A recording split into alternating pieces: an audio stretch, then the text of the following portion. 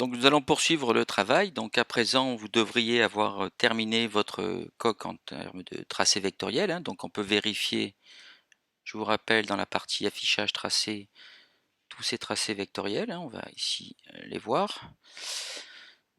Donc on va repasser en mode aperçu. Et on va organiser son fichier. Donc déjà, je vais pouvoir nommer ce calque-là. Je vais l'appeler par exemple coque noire. En cliquant 2 fois sur la partie calque, vous pouvez le renommer. On va juste masquer ici le modèle. On va déplier la partie des calques pour visualiser l'ensemble des tracés. On va faire bien attention de mettre toutes les formes qui sont bien entendu fermées en mode contour, ici uniquement, de ne pas mettre de fond de couleur. Alors peu importe par contre si la taille des contours est différente, ce qui est important c'est qu'elles aient toutes, ce soit toutes pardon, des formes fermées. Sinon ça ne fonctionne pas correctement. On va pouvoir ici, alors on peut sélectionner, voyez-vous, les différents tracés qui forment mon graphisme. On peut directement ici sélectionner les objets directement dans la palette calque. On va bien faire attention que en fait le contour extérieur ici soit le dernier élément de cette partie calque ici.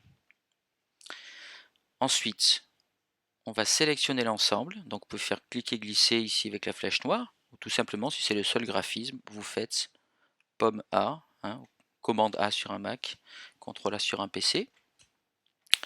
On sélectionne l'ensemble des graphismes et nous allons faire apparaître la palette Pathfinder. Alors le Pathfinder c'est ici, zut excusez-moi,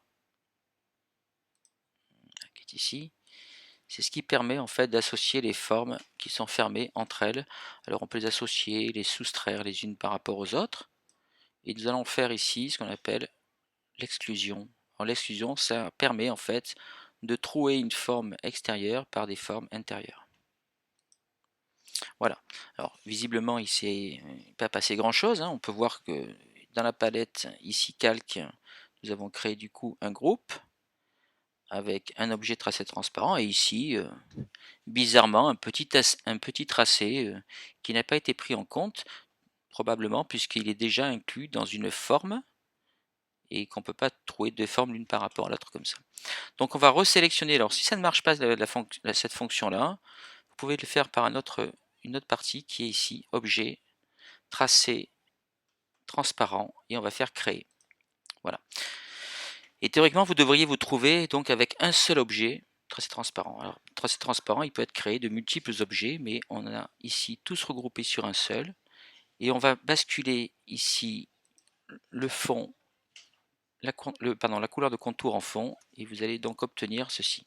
Alors on va bien vérifier que c'est un tracé transparent, tout simplement en créant une forme de couleur, et en glissant, alors on va le mettre ici, et on va glisser cette forme derrière, en faisant glisser, il ne va pas. Allez, je fais des petites bêtises, excusez-moi, je vais les sélectionner comme ça, il ne veut pas, on va le mettre comme ça, voilà. Et vous voyez qu'ici on a bien une forme extérieure qui a été trouée par des éléments intérieurs. Voilà.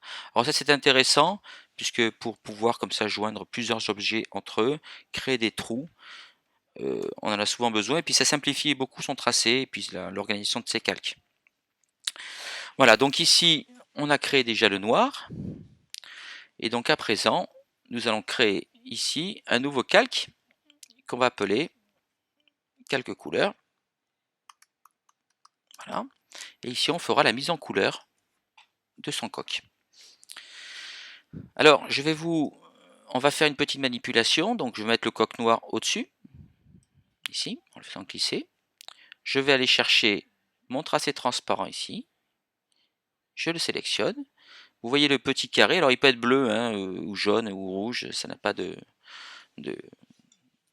d'importance en fait, hein, c'est simplement pour le visualiser d'une manière différente. On va prendre ce petit carré bleu, on va appuyer sur la touche Option ou Alt et on va amener ce petit carré sur le calque couleur et vous voyez que la petite main à droite, elle a un petit plus, il m'indique qu'il est en train de faire une copie de l'objet sur le calque couleur.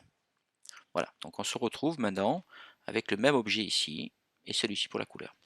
Donc je vais masquer ce premier calque coque noire, d'accord, je peux même le verrouiller pour le sécuriser, et je vais rester ici sur ce calque là.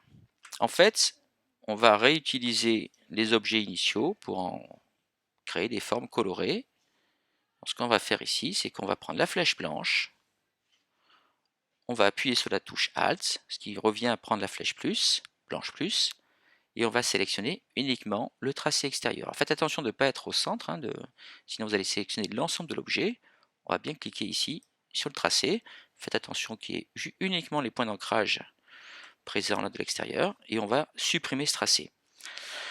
Alors on peut voir qu'en fait on a supprimé uniquement le tracé extérieur et on retrouve finalement les formes ici qui vont me servir à faire la mise en couleur.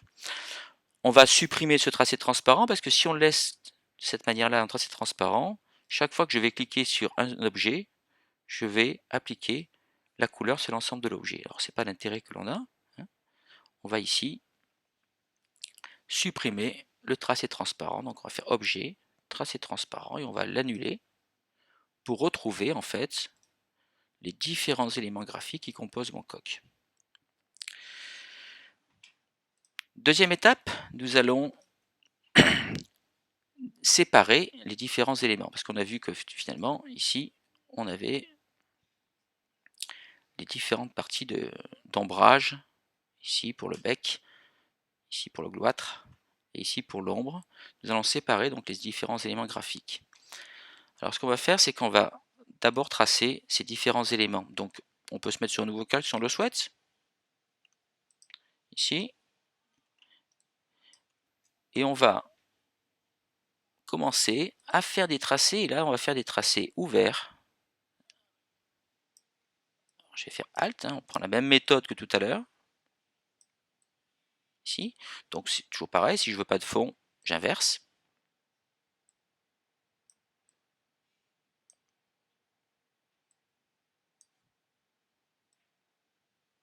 Voilà. Donc là on va prendre la touche commande pour prendre la flèche blanche et travailler sur les vecteurs. Hein. Ici,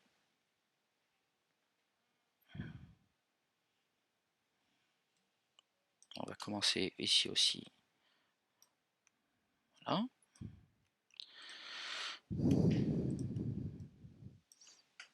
Ensuite, on va partir de là. Alors, faites attention de bien être à peu près au milieu du tracé noir. On vérifiera tout à l'heure quand on fera les séparations. Voilà. On sait qu'on va avoir aussi une coupe ici.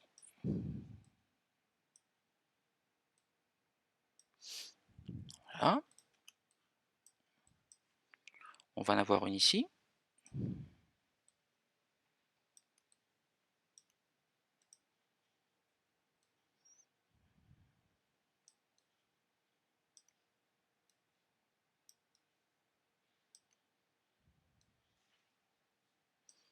Voilà, donc on va retravailler avec la flèche blanche ces formes. Voilà, par exemple ici, la courbe n'est pas bien travaillée. Voilà. On va faire attention, peut-être un peu ici, on va tendre un petit peu, courber, pardon, cette forme. Voilà, ça me semble relativement correct. Peut-être descendre un petit peu ce point d'ancrage là. Voilà. On peut faire apparaître la partie noire du coq ici. Là. Et on va faire apparaître ces éléments couleurs. Alors, si je veux changer la couleur de l'objet, je sélectionne ici.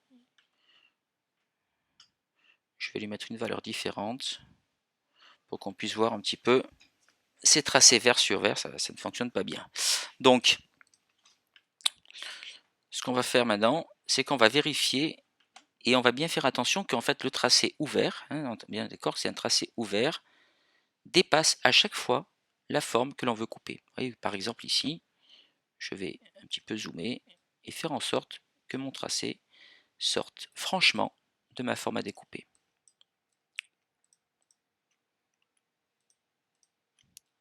Voilà.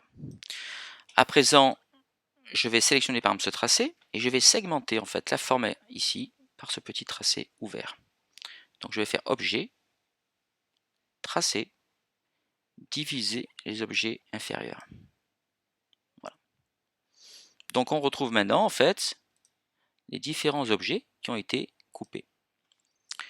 On a ici, on va refaire cette opération ici. On fait objet, tracé, diviser les objets inférieurs. Donc on retrouve, voyez-vous, ici les éléments séparés. Et là encore, je vais faire objet, tracé, diviser les objets inférieurs. Donc faites attention avec la flèche blanche, ou là, pardon, en sélectionnant l'objet, voilà, je vérifie bien que tous les éléments sont coupés. Voilà. Je ne l'ai pas fait ici.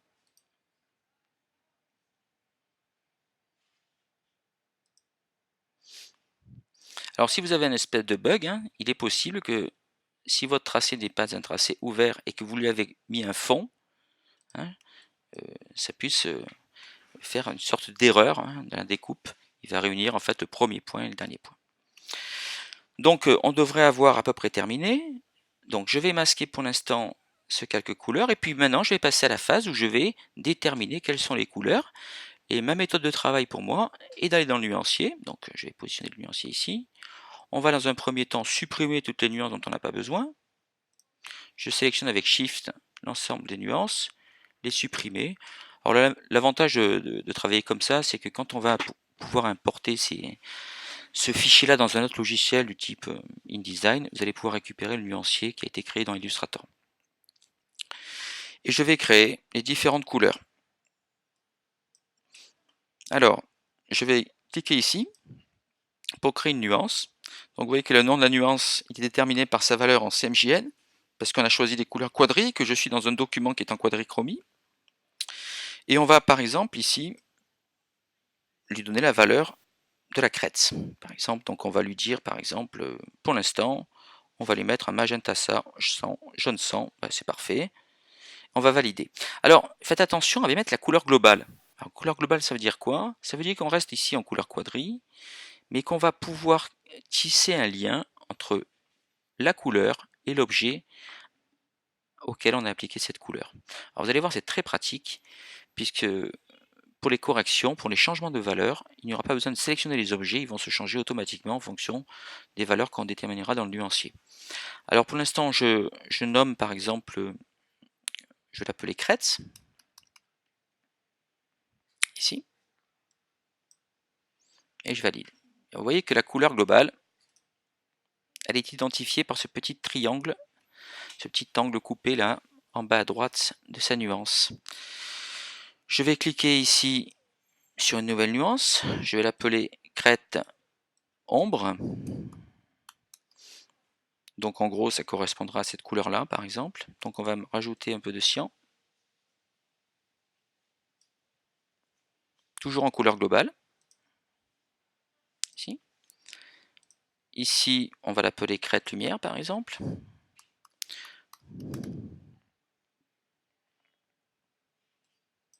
Et là, on va lui mettre un jaune 60 à peu près. Ici, je valide. On va créer une sorte d'orange ici.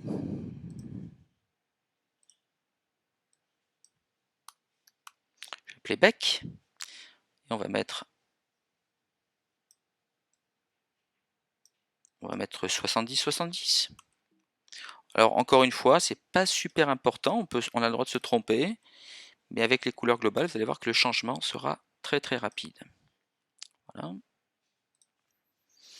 Que me reste-t-il? Il me reste le gris ici.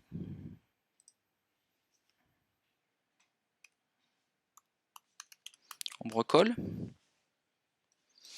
Alors pour faire un gris, moi je ne mets pas de noir, j'aime bien les gris un peu chauds, donc une valeur de gris en fait c'est la même valeur identique sur le cyan, magenta et jaune.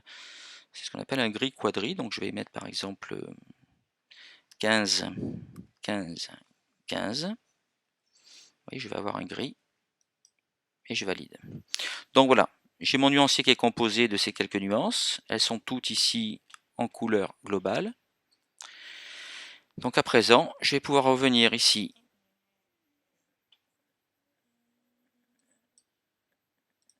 sur mon calque couleur et je vais pouvoir appliquer les nuances. Donc je vais tout sélectionner ici. Je vais mettre l'objet juste en contour et je vais pouvoir commencer à appliquer mes couleurs. Donc je prends le fond ici et je lui applique ma couleur jaune. Ici, je prends cet objet-là, je vais lui appliquer la couleur rouge. Ici, je vais lui appliquer ce rouge-là. Ici, je vais lui appliquer ce rouge. Ici, celui-ci. Je retrouve ici le jaune. Là, je vais prendre l'orangé.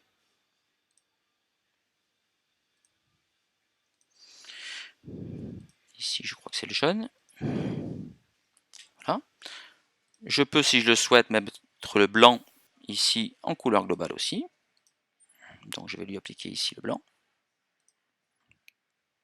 Cet objet-là, avec Shift, vous pouvez cliquer sur plusieurs objets. Je vais lui appliquer ce gris. Et là, le blanc. Voilà. La mise en couleur a été faite. Je peux à présent faire CTRL A tout sélectionner et enlever le contour en cliquant ici. Voilà, donc je peux vérifier que mon élément est bien. Je vais pouvoir faire ici, faire apparaître le noir. Et j'ai ainsi réalisé, je vais jeter ici ce calque, puisqu'il ne me sert plus à rien. J'ai réalisé ici un calque pour le noir et un calque de mise en couleur pour mon logo. À présent, je vais vous montrer l'intérêt donc du coup des couleurs globales. Regardez si par exemple mon client ou moi je décide de changer les valeurs. Je n'ai plus besoin d'aller sélectionner l'objet ici sur l'interface, surtout s'il y en avait plusieurs. Alors s'il n'y en a que deux par exemple pour la crête et le gloître, mais si j'en avais 10 000, je ne pourrais pas sélectionner 10 000 objets, à moins de les avoir très très bien organisés dans ma palette calque, ce qui n'est pas le cas, parce que des fois les objets ont la même couleur, mais ils sont sur des calques différents, donc c'est compliqué. Donc de travailler en couleur globale, si par exemple je décide de changer la valeur de couleur, par exemple je décide que ce jaune-là, il faudrait qu'il soit un peu plus orangé, il me suffit, sans sélectionner l'objet, d'aller dans la couleur ici, et de pouvoir par exemple rajouter du magenta, et rajouter par exemple du jaune. Voilà. Il me suffit de valider, et vous voyez que les couleurs changent automatiquement. Si par exemple je veux changer l'orange du bec, je trouve un peu faiblard, je viens ici, et je vais rajouter par exemple du jaune, et ici, on a directement les couleurs qui se changent. Voilà, donc voilà comment on organise un type de fichier. Donc à présent, je peux jeter mon modèle. On a un calque qui est bien organisé, puisqu'on a deux calques, un pour le noir et un pour la couleur. Je m'aperçois dedans qu'on a différents tracés qui sont aussi organisés. Et ici, le tracé noir qui est sous forme d'un tracé transparent. Voilà. Donc, j'espère que ce tuto vous aura bien plu. On est arrivé à faire du tracé vectoriel, de la mise en couleur. On a vu comment organiser son nuancier. Vous voyez que du coup, maintenant, lors de l'importation, vous allez pouvoir récupérer ces différentes couleurs dans InDesign, par exemple. Je vous remercie et à bientôt.